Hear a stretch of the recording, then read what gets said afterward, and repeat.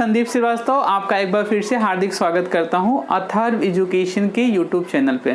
Friends, आज का हमारा टॉपिक है constitution, basic feature of constitution, जो कि कॉन्स्टिट्यूशन का पार्ट है और इसका फर्स्ट पार्ट जो है पहले आ चुका है। अब हम लोग देखेंगे, थोड़ा सा आगे बढ़ेंगे और देखेंगे कि basic features of the constitution, constitution का बेसिक फीचर क्या है उसके बारे में हम लोग बात करेंगे। तो फ्रेंड्स, सबसे पहला फीचर इसका है रिटेन डॉक्यूमेंट है। फ्रेंड्स, मैक्सिमम कंट्री में क्या है, कॉन्स्टिट्यूशन है, लेकिन अगर हम बात करेंगे रिटेन कॉन्स्टिट्यूशन का, तो इजराइल एंड ब्रिटेन को अगर छोड़ दिया जाए तो बाकी सभी कंट्री के पास क्या है, रिटेन डॉक्यूमेंट है। ब्रिटेन और इजराइल के अलावा सब कंट्री का जो कॉन्स्टिट्यूशन है वो किस फॉर्म में है, रिटन फॉर्म में। रिटन फॉर्म जरूरी क्यों है, क्योंकि जब प्रोसेस चल रहा था कॉन्स्टिट्यूशन को फ्रेम करने का, तो रिटन की बात इसलिए आई क्योंकि रिटन होता है तो हर चीज़ की क्लियरिटी ज़्यादा रहती है। इसीलिए यह कॉन्स्टिट्यूशन के जो फ्रेमर थे उन्होंने रिटन को ही प्रीफर किया और इंडियन कॉन्स्टिट्यूशन किस फॉर्म में है, रिटन फॉर्म में है। दूसरा है size of the constitution. Constitution का जो साइज है ये बहुत इंपॉर्टेंट है friend. Indian constitution divided into 22 section and 395 article, यानी टोटल जो सेक्शन है वो कितने हैं, इंडियन कॉन्स्टिट्यूशन 22 सेक्शन में और 395 आर्टिकल्स एंड 8 अपेंडिक्स में डिवाइडेड है। 22 सेक्शन, 395 आर्टिकल एंड 8 अपेंडिक्स। अभी ये 9 हो चुका है फ्रेंड्स, अभी ये कितना हो चुका है, 9 हो चुका है, लेकिन आपके बुक्स में 8 है तो आपको 8 कंसीडर करना है, लेकिन जनरल नॉलेज के लिए आपको 9 कंसीडर करके चलना है। फिर से रिपीट करूं, size of the constitution, Indian constitution divided into 22 section, 395 article and 8 appendix. आपके लिए लर्न करने के लिए 9 अपेंडिक्स आपको ध्यान में रखना पड़ेगा। थर्ड है सिंगल सिटीजनशिप, बहुत इंपॉर्टेंट टॉपिक है फ्रेंड। सिंगल सिटीजन मतलब होती है एक country one citizenship, one country one citizenship.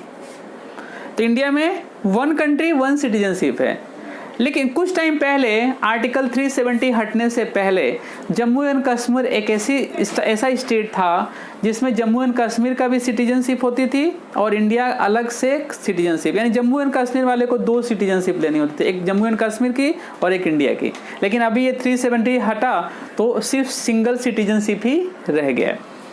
Friend, अब देखिए जो हमारा सेंटर है, centre with strong federal structure. Federal structure का मतलब होता है एक सेंटर और उसके अंदर बहुत सारे स्टेट होते हैं, एक सेंटर और उसके अंदर बहुत सारे स्टेट डिवाइडेड हैं, तो एक centre with strong federal structure. अब देखो सेंटर ने क्या किया है, कुछ पावर जो है यूनियन लिस्ट में आता है। यूनियन लिस्ट मतलब होता है उसका लुक आफ्टर कौन करता है, सेंट्रल गवर्नमेंट करती है, सेंट्रल गवर्नमेंट उसका लुक आफ्टर करती है। और उस मैटर में, यानी यूनियन लिस्ट में कितने सब्जेक्ट्स आते हैं, 97 सब्जेक्ट। सब्जेक्ट मतलब ये नहीं एसएसटी नहीं, मैथ्स नहीं, मैटर कंसर्न जो होते हैं, अफेयर्स मतलब वर्क। तो कौन कौन से वर्क, कौन कौन से डिपार्टमेंट, इसमें फॉरेन अफेयर्स मिनिस्ट्री आती है, बैंकिंग जो भी बैंक्स हैं उसको गवर्न करने वाले ऑर्गेनाइजेशन कौन है, आरबीआई है। आरबीआई को कौन लीड करता है, सेंट्रल गवर्नमेंट करती है। फिर रेलवे, डिफेंस, सबसे इंपॉर्टेंट चीज है डिफेंस। आर्मी की बात करें, आप लोगों को आर्मी समझ में आएगा, आर्मी।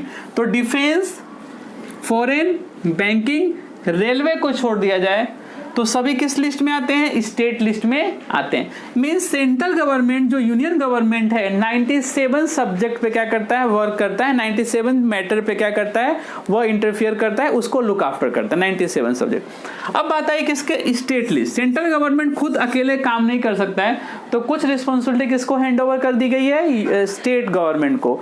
तो उसको हमने बोला स्टेट लिस्ट। इसमें कितने सब्जेक्ट आते हैं, 66 सब्जेक्ट आते हैं, जिसमें law and order, law and order means उस कंसर्न स्टेट का law and order, agriculture, irrigation, health etcetera, roadways, जो रोड होते हैं ना, रोड बनने का जो काम होता है स्टेट गवर्नमेंट, जो स्टेट रोड होते हैं तो वह कौन बनाता है, स्टेट गवर्नमेंट बनाती है।